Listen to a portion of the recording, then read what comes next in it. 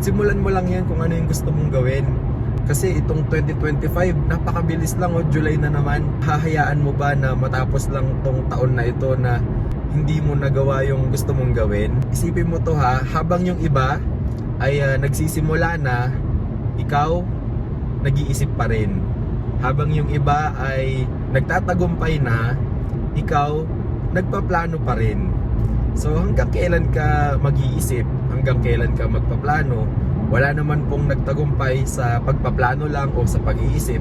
Meron silang ginawang aksyon para ma-execute o masimulan yung kanilang mga pinaplano. Hindi naman nanatili lang na eto na yung gusto kong gawin, tapos lumipas na yung isang buwan o isang taon na nanatili lang sila sa pag-iisip, pagpaplano. So sinasabi ko lang po ito para encourage po ang bawat isa na gawin mo lang yan. Hindi mahalaga na magaling ka na o marunong ka na, basta gawin mo lang yan, matututo ka rin along the way.